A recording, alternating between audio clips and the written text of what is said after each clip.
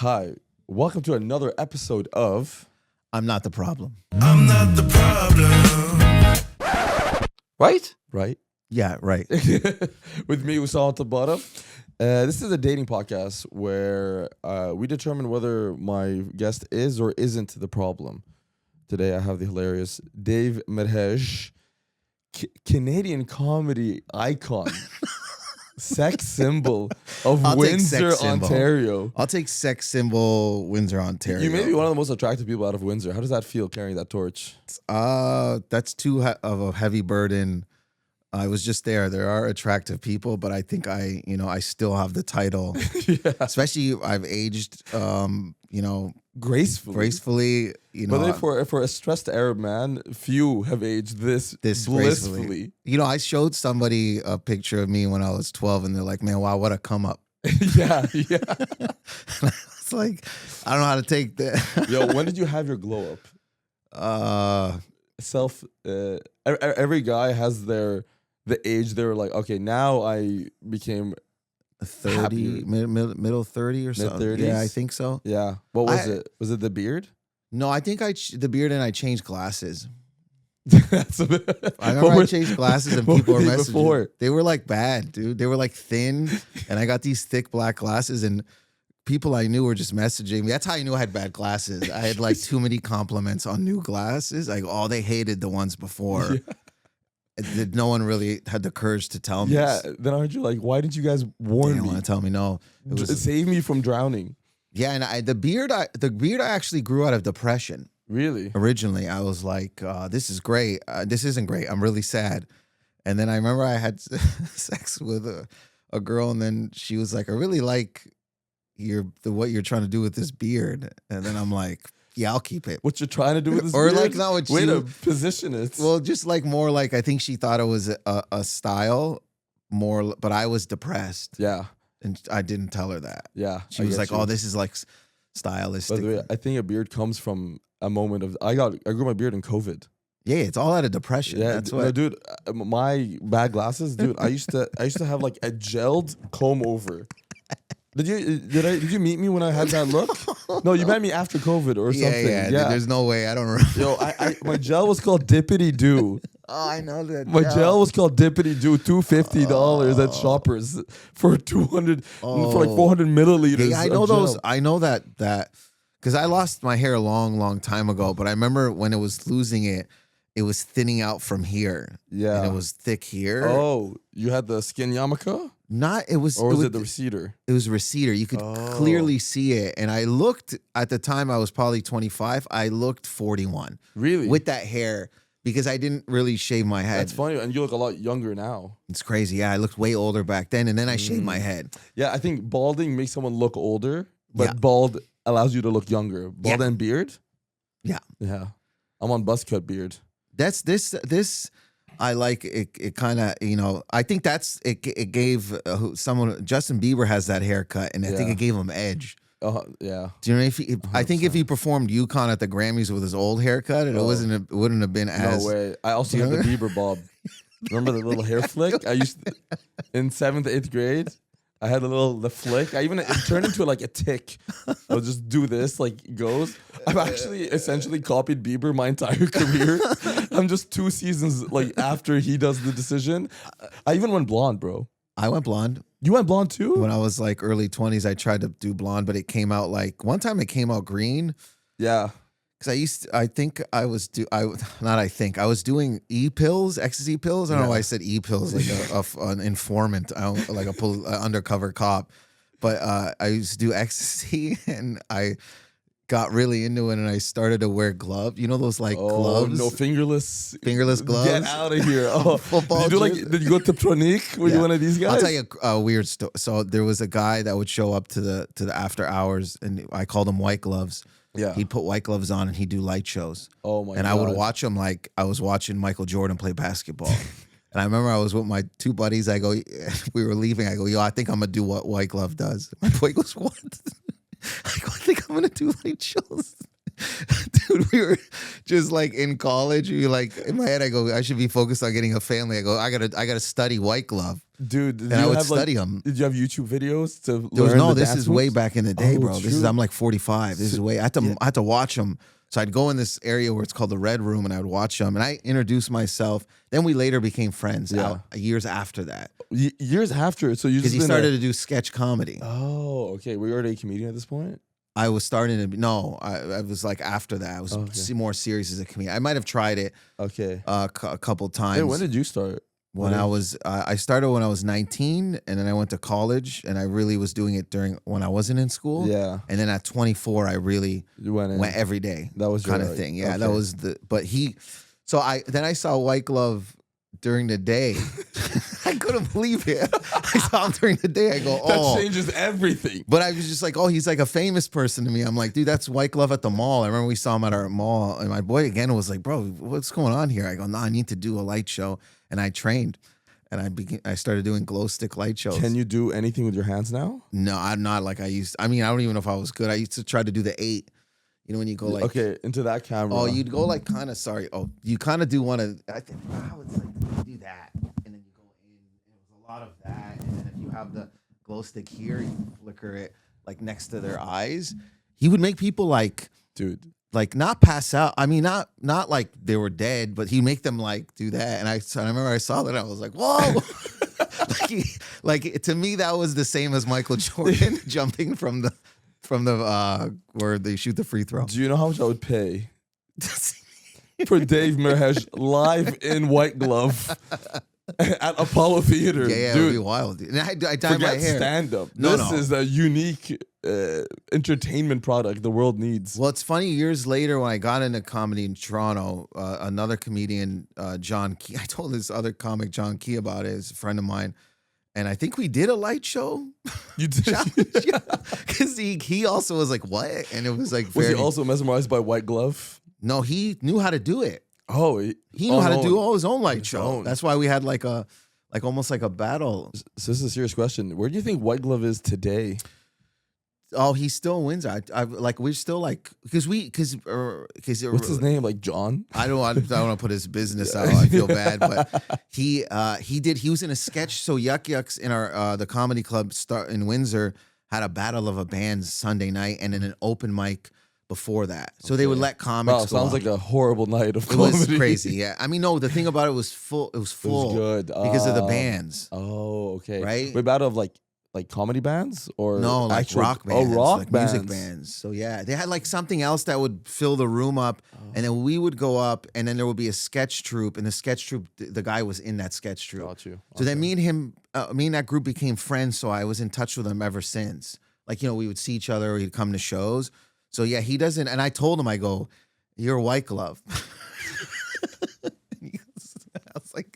I was like, oh my God. I go, you do this now? It was crazy. And how did he respond to White Glove? I think he was laughing, man. He was, yeah, I am White Glove. The other guy in his sketch troupe was the door guy at the place. Oh, okay. So I remember seeing him all the time. Oh, okay. He's probably seen me get kicked out. Okay. And like high on drugs. And then he started to do sketch too. Oh. So I'm still friends with him. Okay. Yeah.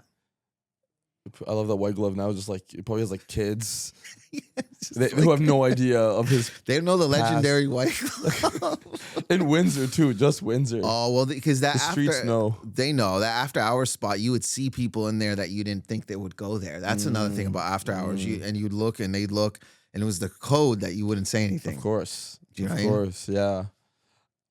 I can't even count how many times though after was worth it. Dude, I mean, I can't. I mean, I've said this before, but every time I say it, I'm like, why am I even telling this? It's like somebody had told me they would do whippet cans. Yeah. You know those whippets? Love whippets. Yeah. They're so fun. I know, but we just didn't know where to get them. So we went to a 7-Eleven and got it from there. You can? I don't think it was right. Because we were trying it in the parking lot. And my boy was like, I don't think this is how we do it. Yeah, whippets are fun. Yeah. I once went to a dentist's house party. Okay. And he was walking around the house with a canister like it was a little baby. I know that. Yeah. And everyone was giving the baby a kiss. Is that That's the saying. The nitrous? Who wants to give the baby a kiss? And just everyone just No one's even wiping it. That's how everyone was just disgusted. No one even did this. He came to me and was like, "You want to kiss the baby?" I'm like, "I'm getting out of your house." What is it? The can? It's a little laughing gas canister, basically. Dude, we knew a guy that brought me and my boy one that was massive. Oh, This guy was like 7 feet tall. And he brought it to us, and I was like, "What's this?" He goes, "This is what we're gonna do."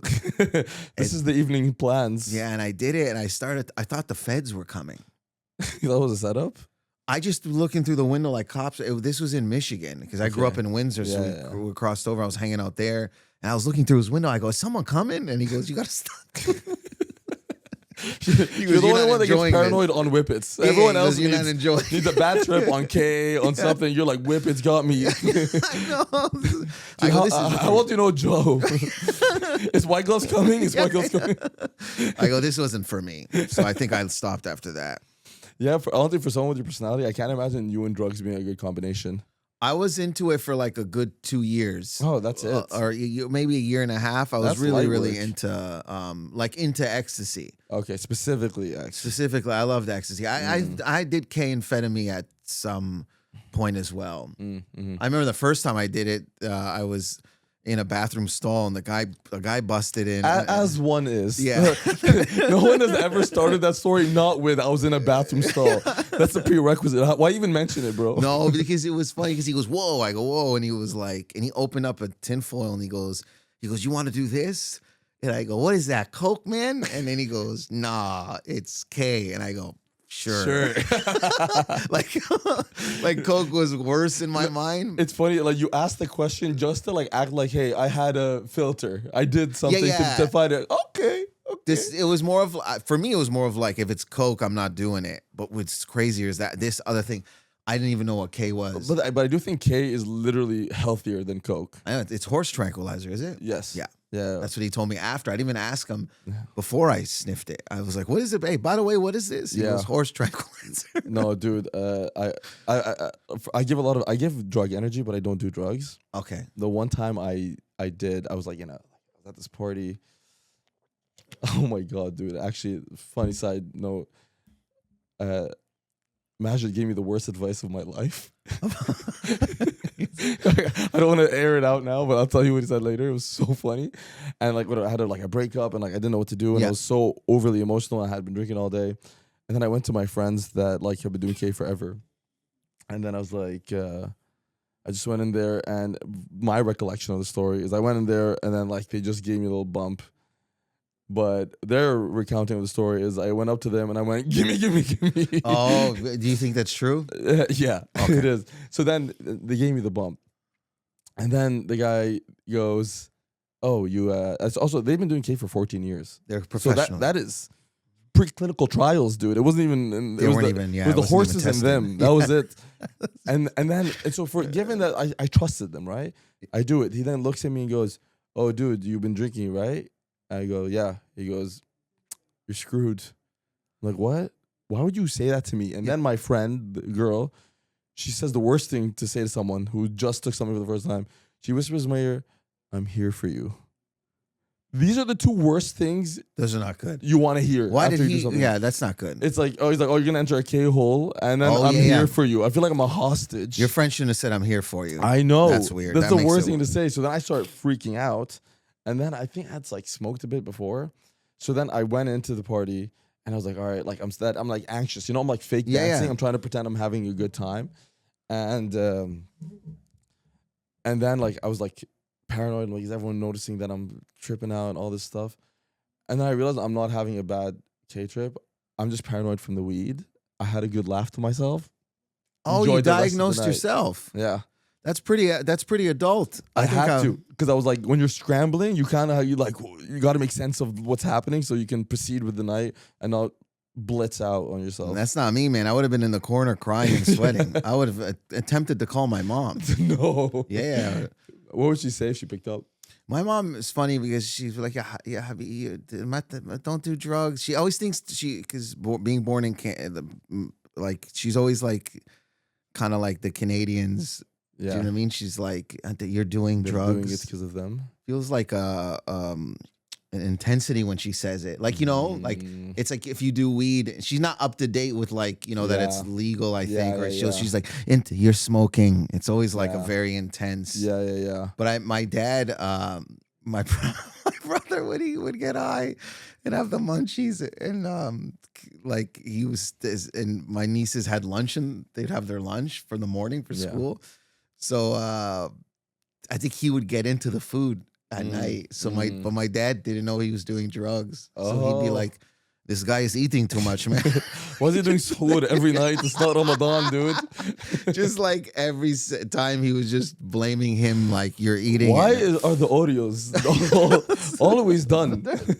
There's one, the funny thing about my dad is like, he's a smart guy, but I don't know why with drugs, he kind of like doesn't it's not their generation. They don't understand how, like, they don't understand the symptoms and the signs of it fully. No, one time he was picking up my brother and their friends from downtown, and there was one of the guys left Coke on the back of the in the car. So my dad pulled up on my brother. He goes, hey, Joseph, man, tell your friend not to leave sugar in the back seat of my car.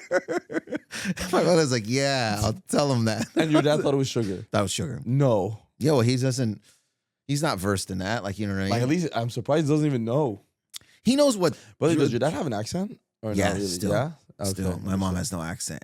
That's funny because, like, you know, as a comedian, when you start and you start doing accents, a lot of, you know, not every white comic, but majority white comics will be like, or even people who'd write reviews, journalists would be like, oh, is that accent like as a crutch? Yeah. And I remember being like so offended because I'm like, dude, this is like my dad's experience. Yeah. I don't think he wants he doesn't want the accent. No, he doesn't want to be ridiculed for the accent. No, it's not like he's walking around like, I'm not using it as a tool.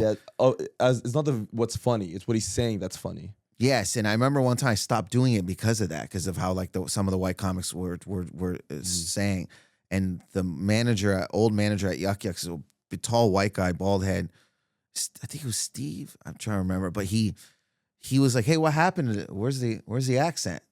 And I'm like, "Oh, I don't know. People are coming at me." And he goes, "What's wrong, man?" He goes, "Do the accent. Is your dad do an accent?" I go, "Yeah." He goes, "Do the accent." Yeah. He goes, "You think British, when white comics are doing British accents, they don't do the accent?" Yeah, that's I think I remember ever since then just being like, yeah, I'm not gonna, because they try to do that. Yeah. Do you know what I mean? They try to they try to say it's easy laugh, it's hacky, and they don't understand that like you grow up with that. Yeah. But so here, I have actually a bit of a counterpoint to it. I have noticed a lot of comedy now where the vehicle for the laughter is the accent itself, not what's being said. Yeah, because I think what's being said without the accent should be funny on its own. But that's what I try to do. But then the accent is just true to the story. Yes. And that's what I think you do, but I do think a lot of people do use that as a crutch.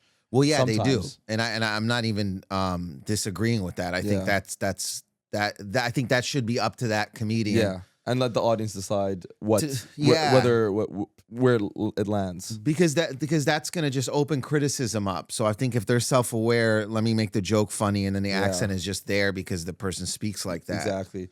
So actually with me, I kind of have the opposite problem where my dad doesn't have an accent. So when I do an impression of him, doing an accent is not true to the story. Yeah. So it feels wrong. Yeah. And like maybe if I do my mom, I'll do like a fancy Lebanese, because my mom has a bit of a fancy Lebanese. She has accent. yeah. And so that's that's the one thing I noticed when I was in Lebanon is that fancy Lebanese accent. Well, Natalie has that, like, and then her friends are it's all an inflection in the, you, tone a bit. Yeah. Look, she's like, we would like eat and she'd be like, "Shoo." What are you doing? And I'm like, huh? Huh? Just all panicked. What is your favorite of the accents you've heard? Is it the fancy Lebanese one? I think the fancy Lebanese one is very adorable. It's very sweet. It feels like no. No, it's not. No, it's very adorable and the most diabolical. Well, yeah, because I know from I've been yelled at. Oh yeah, yeah. Oh, get yelled at. Get a little pegged down from a fancy Lebanese girl accent. Oh, the internalization of that is a whole new tier. But that's what I mean. I've been by Natalie and many others have put me in my place, and I'm like, oh, this is like I've been yelled at. It's quite authoritative, in a feminine, masculine way. Yeah, you feel like you've tanked a company. Yeah. Like if you worked at a but company, the company is your self-respect, and you've driven it immediately into the ground. There's no like a slight decline. I've never felt like more of an idiot like on site. there's the Lebanese accent for the dude too. We're like, I guess maybe it's one guy. He was just like, he'd be like, why do you say your last name like that? Like that kind of yeah. funny. Yeah. It's not as funny as the girl one. No, it's different. It's different. Also, I think the guy one has a lot more range. It can go from like, you know, I'd say like myself, a little bit more feminine to a very masculine kind of. There's a bigger range with the Lebanese accent for men. I remember in Egypt, the guy, I was trying to ask the guy, I go, but you don't have hammam. And the hammam, I was struggling, and he goes, brothers, he goes, please, man, stop. And I go, what? He goes, stop, man. And Becky, I speak English, stop. He stopped me from speaking Arabic. He goes, I don't want this. Sorry, please is crazy. Please. My friend Paul Lee, the comedian, he was there. We were like, whoa. Our friend's mom defended me. Oh, That's how bad he like put me in my. He shook me. She was like, I think he was like, he's just trying to talk. I know. Like they don't understand that you're also trying to connect with the language as well. Yeah, I was trying to, and then it was shut down. And then they take it as, oh, you think I can't speak English? It's it's the best, worst interaction in the world, dude. In front of the pyramids. That's why I heard even more. Wow. What is this? Where else would that be? Yeah. You know? Also, he's sick of tourists all day, calling him Habibi, and you were a straw. Oh, I was the last one. Also, it's the first time an Egyptian man said please. Dude, and I don't know why when I try to speak Arabic, I go, but get all like all the shoulder. It activates the shoulder. Yeah, it was all in, and I feel like I'm doing something. Have you dated a Lebanese woman before? Long time ago, yeah. Okay. Was she like Canadian Lebanese? She's from my same hometown. Yeah. Okay. Because man, you're a prime target for an Arab woman to destroy, my man. I think I'm a prime target for anyone to destroy. Man, woman, it doesn't even matter. Why do you think that is? Why do you think that is? I don't think it's a direct. I don't think it's their. I don't want to put it all on the other person, but I think a lot of times I'm passive, and a lot of times I don't say what I want to say sometimes, and then it only amplifies the situation. Oh, yeah, I know. Do you know what I'm saying? It only makes them go, it makes them look even more like they're doing whatever they're doing, if that makes any sense. If I was like communicating, you avoid conflict. Yeah, I don't really like. Yeah, I avoid conflict. Yeah. So that adds to the like. Of course. If you're gonna get like technically ruined or whatever, if I spoke up and communicated how I actually felt, or like certain things that I'm not driving with, I think that could eliminate that. Not all the time, but I think also sometimes maybe that type of person is attracted to somebody maybe who's, I don't know if it's the anxiety. Do you know what I mean? Like Yeah, so they say like anxious attachment styles attract avoidant attachment That's styles. what I do all the time. That's what it is. I know it's it's like a two positive magnets. Yeah, because it's like the worst case scenario. Because then the anxious person needs validation, and the avoidant person like gets more distant, and then like our nervous systems are like, please come back, come back. I'm sorry, whatever it is. That's most of my situations in the past. You end up just apologizing all the time. Me too. I remember I've got to the point where I've apologized, and like a month passes, I'm like, I want to take that back. Yeah, I know. I want to take that back. That's the problem. Is like 7 months after the relationship, I'm like, I would have said this, I would have said that, and then I'm like, I didn't say anything. The post relationship clarity when you've been anxious in it is diabolical, because when it ends, usually if you're anxious, you get dumped, which is what happened to me. Yeah. So then I internalize it. You think you are the reason everything went wrong. 7 months later passes. You have a lot more clarity. You can look at it more objectively, and you're like, maybe I was definitely partially wrong, but there's so much other things that I did not address, and like I felt so. And then after the fact, you feel like an idiot, and you feel like you disrespected yourself and got disrespected, and you're like, oh my god. That's what I look at. I feel like what it is that I put files in a filing cabinet.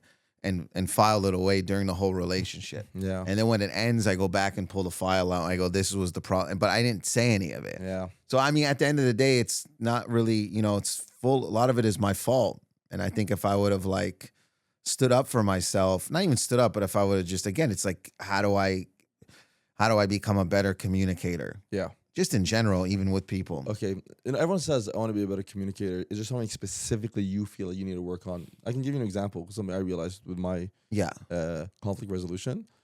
I realized that what I tended to do is rather than deal with the conflict outside of conflict, so things are resolved, and then I'm like, hey, there's this thing I want to discuss that is giving me an issue. What I would do is I would try to resolve the conflict the next time it came up in the middle of it, which is not as effective in general, because when you're in the middle of conflict, you're both a little bit more heated and more defensive instinctively. And I can actually be, I can like do something. I can be like, hey, I'm sorry for what I did, but can you hear this part out? Yeah. And then I realized a lot of the time that but eliminates your initial apology. It discounts it completely. Yeah, that's what I mean. Like, I think like for me as well is like when it happens a couple of times, like, you know, I'll be dating someone and like, maybe they'll say I'll have an issue with something like in the moment, you know, but I won't say anything. I'll be like, oh, I'm cool with that. But I wasn't. I think that's the problem. I think I don't. And then it builds up, and then I kind of then I go, I don't want to be a part of this relationship. Yeah. And that's not fair to them. No, it's not at all. So how often are you the one hitting the eject? What's the? I've hit eject a lot. Let's do the statistics, dude. Let's go last 5 years. What's the math? I've ejected a lot. A lot? But that's not like... And also, it's not a wrong thing to do. Ejecting is fine, but it's more like what you learn from it after the fact. Yeah, I ejected a lot, I would say, in the last 5 years. Yeah. Yeah? I would say it's a high percentage. Mm-hmm. Not that I'm like, you know what I mean? Like, I don't think you give that vibe at all. Cute Dave. Guys, I'm not a fuck boy. No, I've that's the thing too. I've had I have fuck boy tendencies a lot. Yeah. I think trying to take ownership of it. Yeah. Yeah. So what is the ownership of it? Just apologizing. Yeah. And like, you know, again, it's like I think if I just kind of, the issue with me was, is I wasn't clear with my intentions a lot of the times. So what happens they probably came in thinking it was one way, and then and that's not really fair. That's what I'm just trying to grow and I think like I was, I should have learned that a long time ago. I should have been way clearer with my intentions. I think it could have like saved a lot of hurt on either end. Yeah. I think they would have been treated a lot better, and I think they deserve that respect. Yeah, and I think 100%. It was a complete disrespect on my end. So I think actually it's like the apology. Like, damn, this guy came to apologize. Yeah, no, but I think everyone uses the word fuckboy, but I don't think there's a clear definition in the internet of what it is exactly. And what I think it is well, what's your version? I think a fuckboy is someone that intentionally does not manage expectations for their personal gain. Yeah. So, I would say I'm not, because pretty much every woman I've been with since I was 26, before anything happened, before we kiss, I say, hey, this is where I'm at right now. I'm not looking for this. And if that means that's not an area you want to approach, all good. We maintain the friendship. Actually, I'll give you a very specific example. I met this girl on a speed dating event at Soho, and she told me that she doesn't just do casual, it's a relationship or nothing. Anyways, I'm like, okay, all good. Then we became friends over the next 2 years. And then we started like flirting a little bit, and there was a bit of like, okay, maybe this happens. And then I told her, I'm like, hey, before anything happens, I just want you to know that I don't want to be in a relationship right now. I know that you don't like to do middle. And if that means like we don't keep going, no problem at all. And she's like, thank you so much for that honesty. And then we ended up having a little situationship. It was so good. She ended up seeing someone. I met them, like we just maintained the friendship so well, because again, expectations were managed out the gates. No one felt deceived, and there was a lot of trust in it. And I think that's what makes you not a fuckboy. Well, that's exactly. And what made me a fuckboy is I did the opposite. I wasn't doing any of that.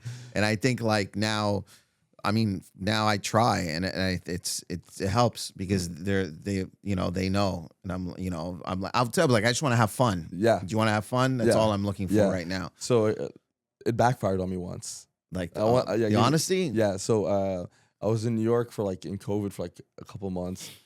I got connected to my friend's friend. We really hit it off, and then we went on a date. And again, in managing expectations, I was like, hey, like we're having a really good time, but I don't live here. I'm leaving in like a week. I just want you to know I don't see us like dating. And she was livid. She goes, why are you taking all the fun out of this? Why are you I'm like, whoa. Yeah. I'm like, I'm not trying to take the fun out of this. I just want to be so honest with you because if this proceeds, I don't want you to feel misled. Yo, she was like furious at me.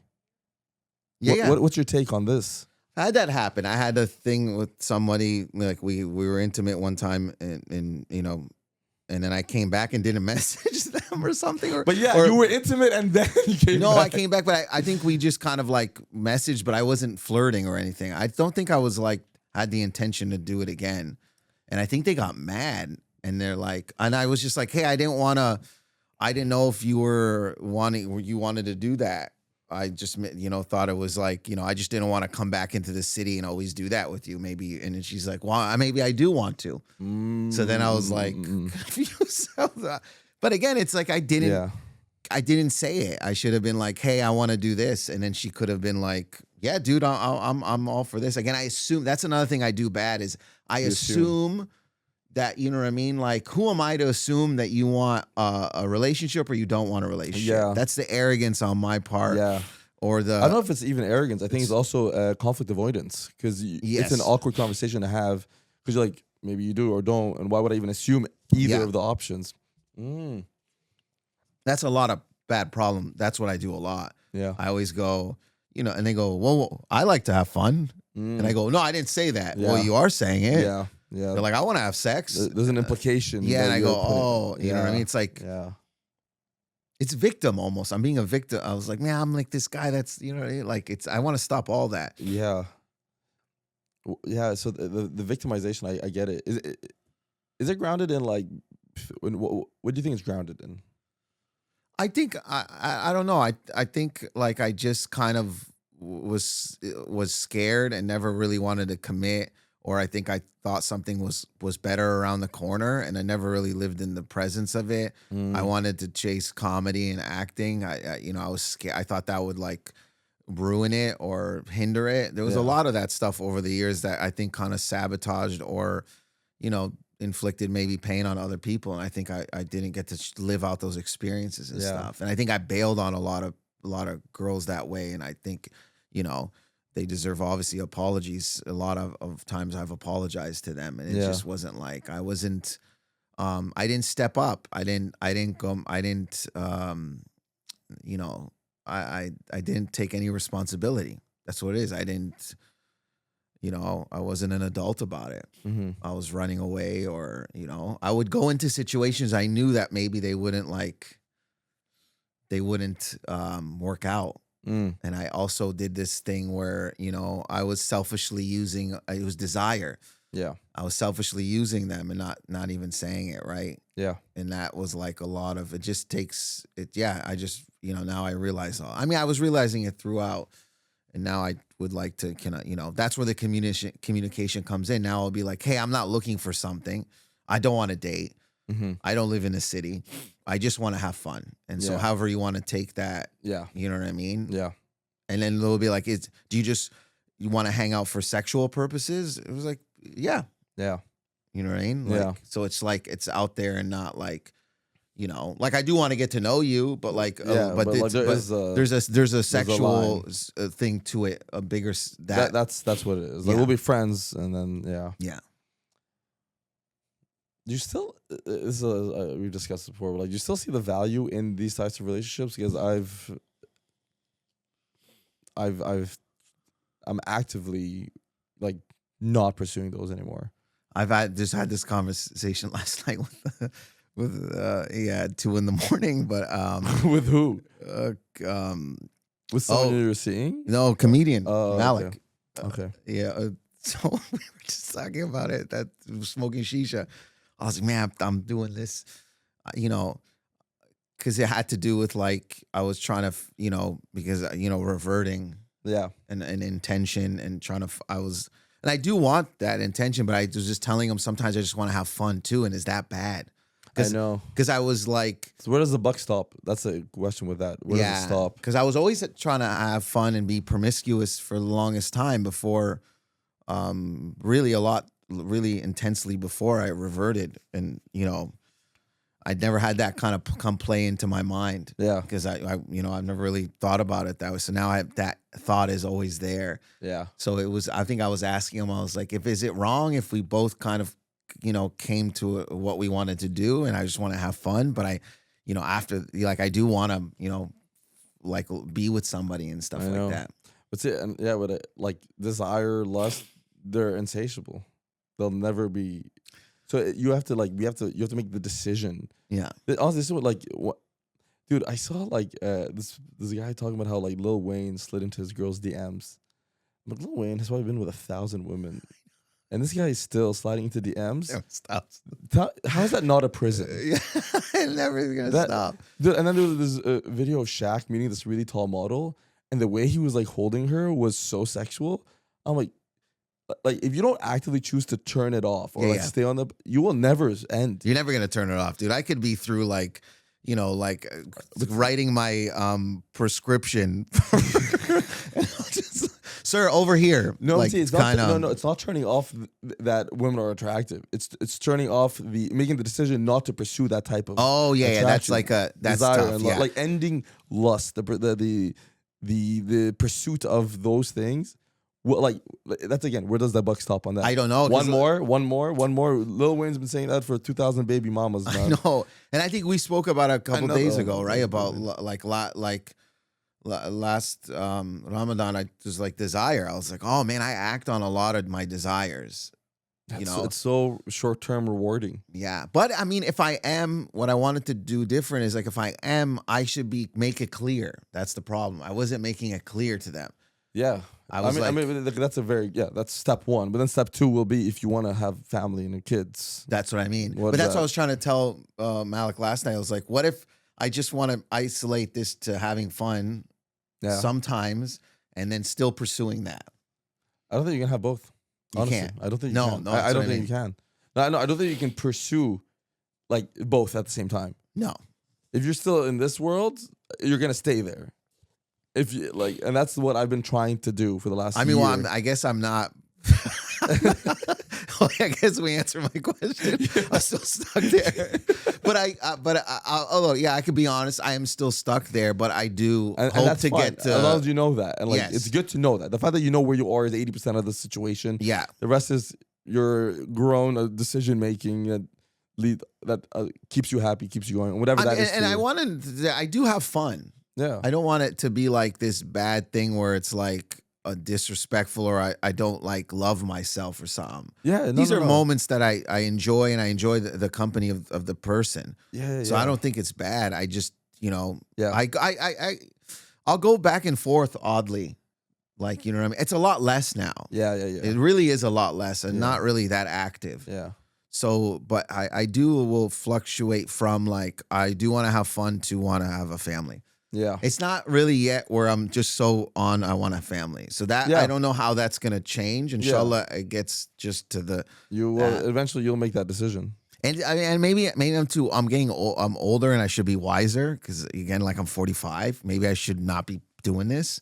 But I guess, I don't know. It's funny because other, you talk to married people, not all of them, but they're just I don't know why always makes me laugh. They're like, you married? I go, no. They're like, okay, man, don't. Just I go, man, what's happening on the other side?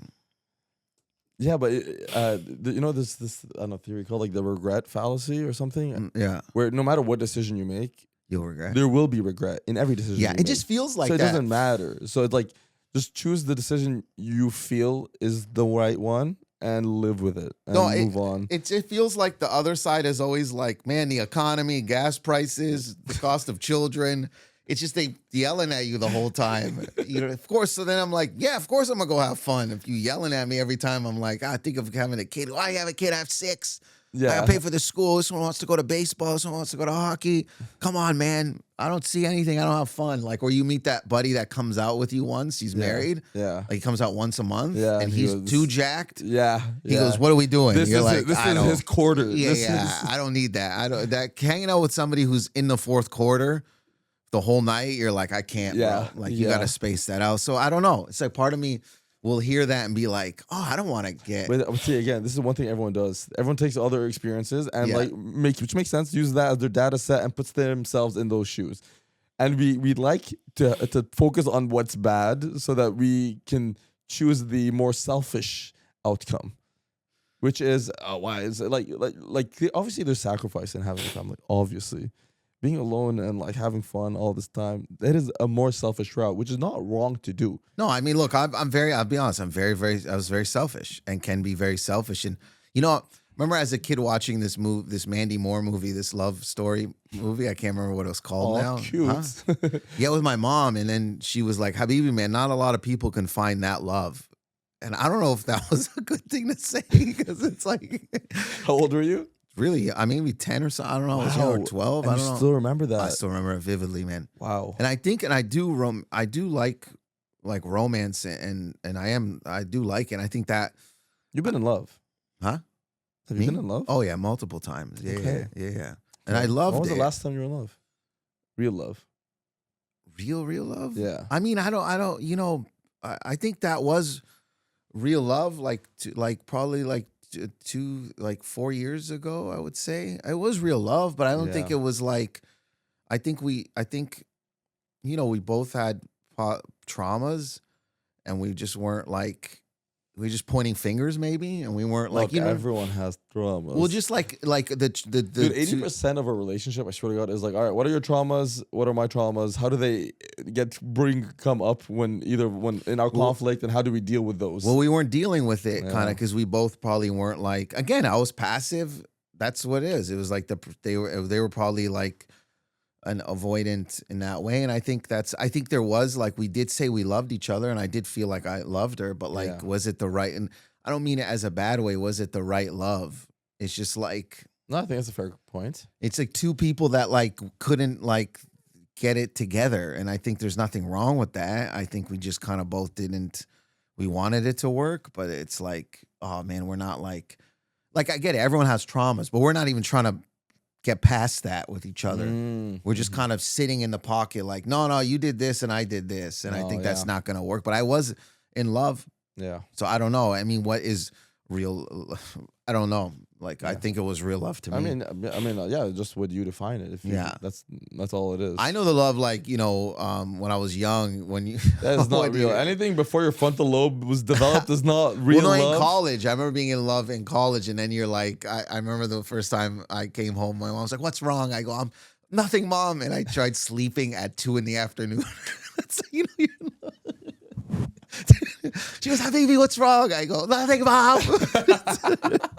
Leave me alone. Yeah, Habibi. My mom, like dramatic Lebanese mom. Yeah, Meshu. Why? Who hurt you? I go, "Stop. Close the door."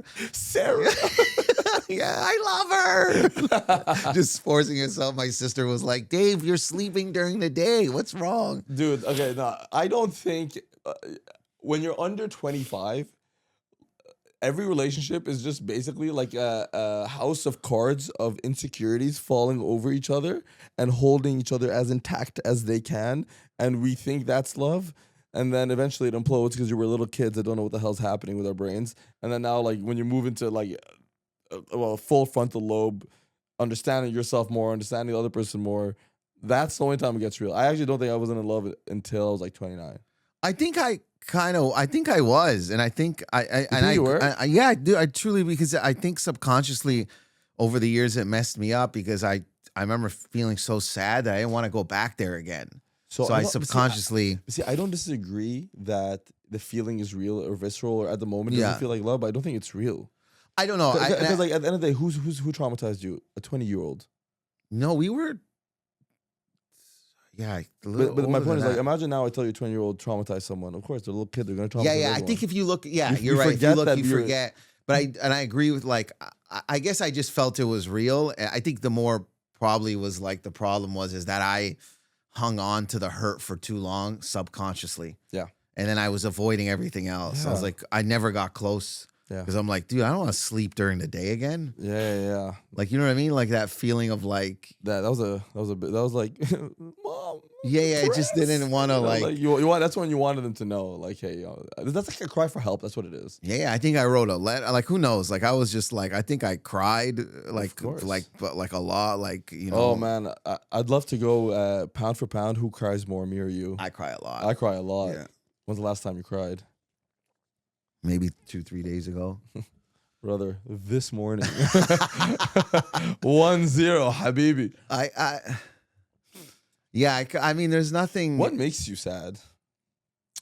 Lot of things, but I Yeah. think a lot of times, you know, if I think of family, you know, specifically like my dad, you know, like in the more like last few years, you know, Mhm. more that can make me cry. Even just like, you know, thinking, you know, it's like how much my mom loves us. Yeah. And sometimes I feel like I'm not being good, Okay. and it makes me sad. Like I feel like I should, you know, not that I'm treating her bad or anything, is like sometimes I'm disconnected or I'm holding on to some like childhood trauma, because I just think her love is like I don't see anything like that. It's just so like, you know, I can feel it in her voice Yeah. when she's like, I love you so much, and I Yeah. love her so much, but it's course. like, why am I not, you know what I mean? It's just Yeah. like, you know, I think it's a level we'll never understand. A mother's love, I don't think anyone will yeah. understand. And also, I'll go on record saying I think there's no one an Arab son loves more on earth than their mom. Yeah. And that's like a thing of like, I can't, I think even when I do that and I act that way, and I do feel like I really, just knowing she's there, it gives me the ability to function. Yeah.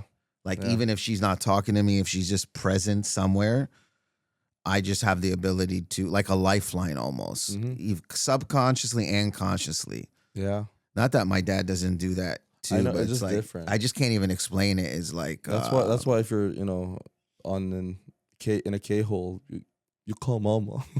Yeah. I She's mean, the lifeline. my mom, this is like an old joke, but my mom used to like, I'd get drunk and she's innocent sometimes, and I would puke, and then I'd be like, and she'd be like, "Yeah, man, what's wrong?" And I go, "Oh man, it's Burger King." So I kept getting, she goes, "Burger King?" I go, "Yeah, mom." And she goes, "Oh, I knew they were bad."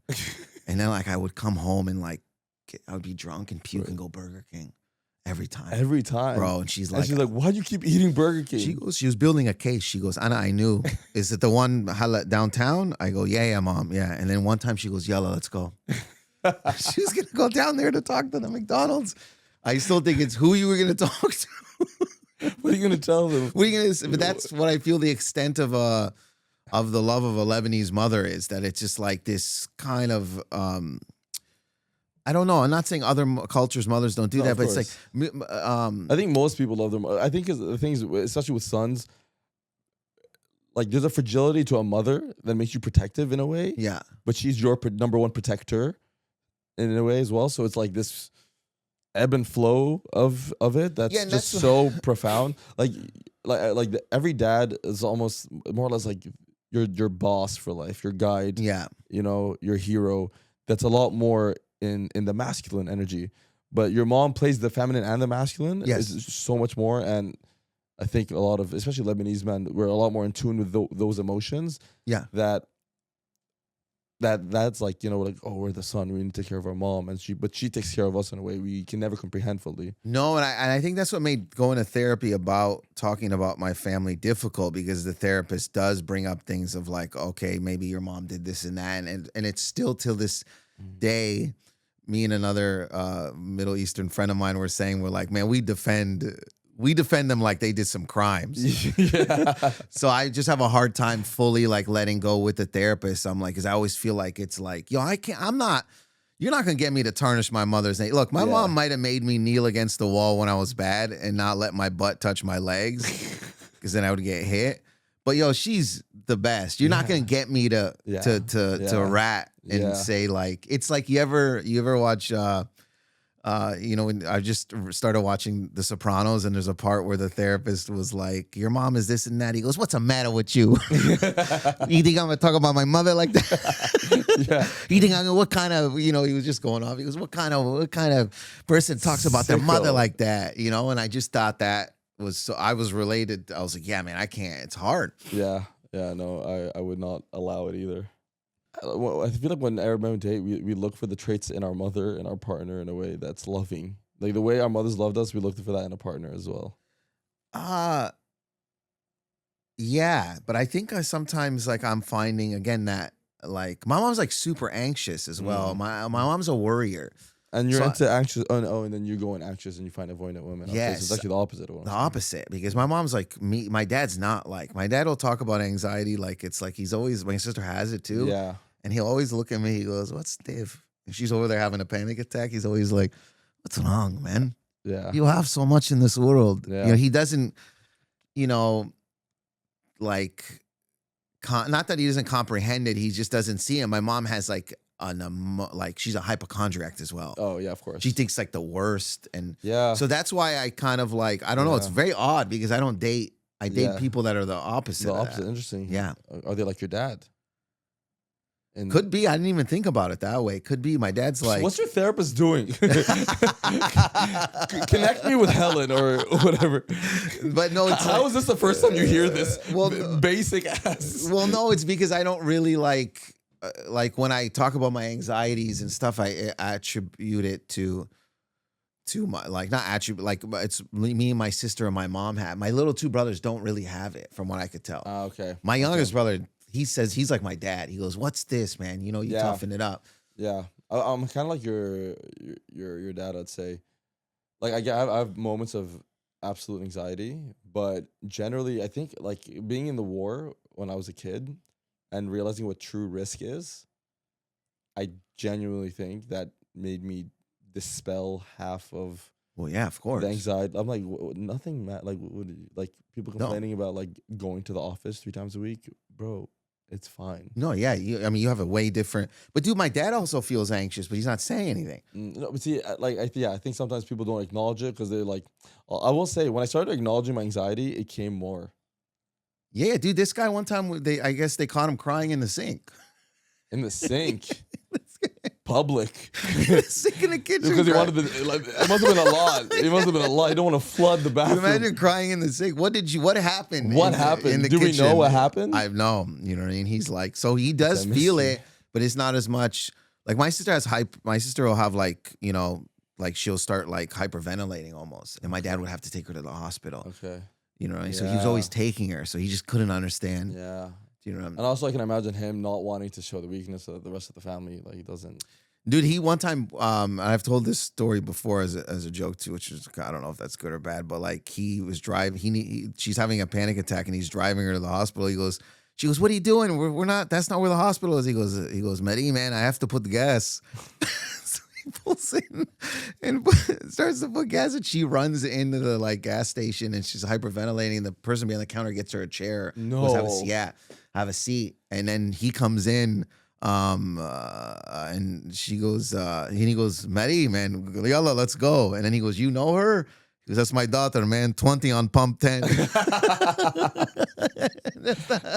Man, there's nothing that's gonna stop an Arab dad from getting his gas, dude. There's nothing. Do you get what I mean? It's like I think that's it's like matter of fact. It's like I need the gas now. Well, then I also like that's what made you'd be fine. Yeah, but that's what adds to that's why I probably do stand up. There's those two worlds. Those two worlds exist of like this hypochondriac anxiety, and then there comes this other part, and I think that's given me the ability, and that's a lot of times why I didn't want to go to therapy, because then I'm like, if I get better, where am I not going to be as funny? But then therapy's taught me you could do both.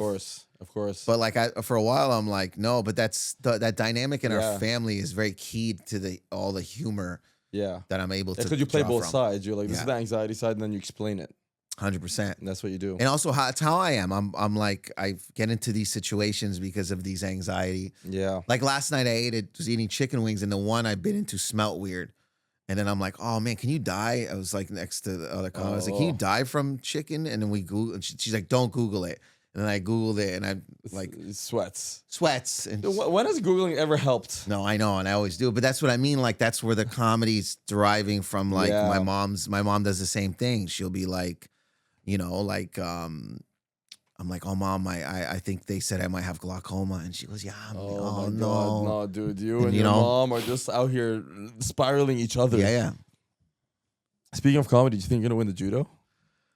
I mean, I hope. I don't know. I hope. I mean, I was, you know, I know I was able to win one in alhamdulillah in 2019, and I know that feeling.